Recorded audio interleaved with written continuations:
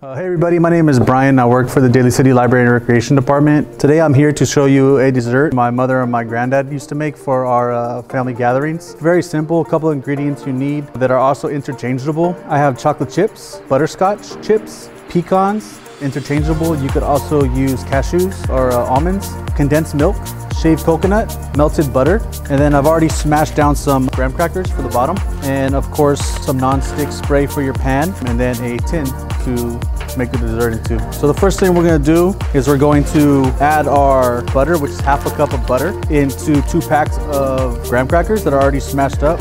So you kind of just want to incorporate everything the best way you can. I'm doing it in a bag, so when it's done, you can throw the bag away. Stop from washing dishes, wasting water. The first thing you want to do once this is incorporated is take your pan. I'm using an oil spray. And you just want to spray the pan pretty well so it doesn't stick on the way out.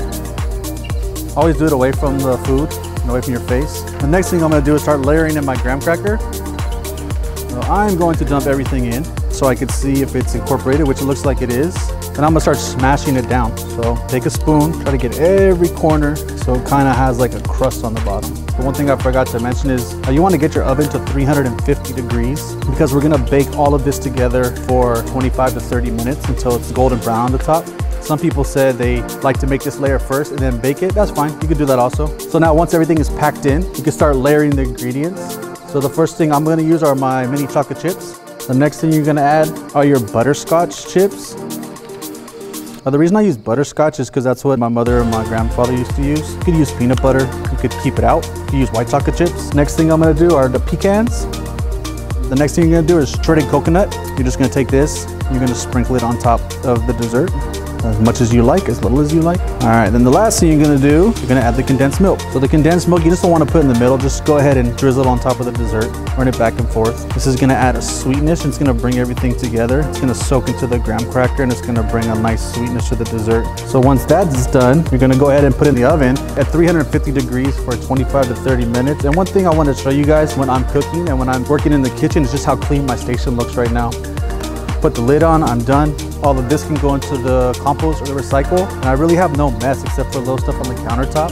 And this utensil I have to clean. So it's always good to keep your station clean, away from clutter. It just stops you from getting hurt and stops the station from just cross-contaminating with different ingredients.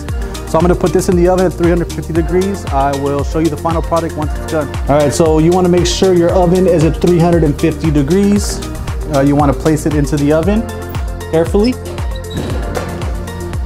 Then come back in 25 minutes and you'll see the finished product. So this is the final product of the 7-layer cookie bar. You can see the butterscotch, the coconut got brown and crispy on top, the condensed milk soaked through the graham cracker, the chocolate chips, and then the pecans also got crunchy. And this is my favorite dessert during the holiday season. My grandfather, who just passed away 2 days ago, he loved these. When it was a holiday season, I just couldn't wait to go home and share these with him and go to his house in Santa Rosa and have these with him. And actually when I was creating them, I was able to open up the oven and smell it. It just made my heart warm, just knowing that, we have these memories. So right now, create memories with your family. These times are really tough, but we'll all get through it and we'll all make it through. And I appreciate you guys, and just be well to each other.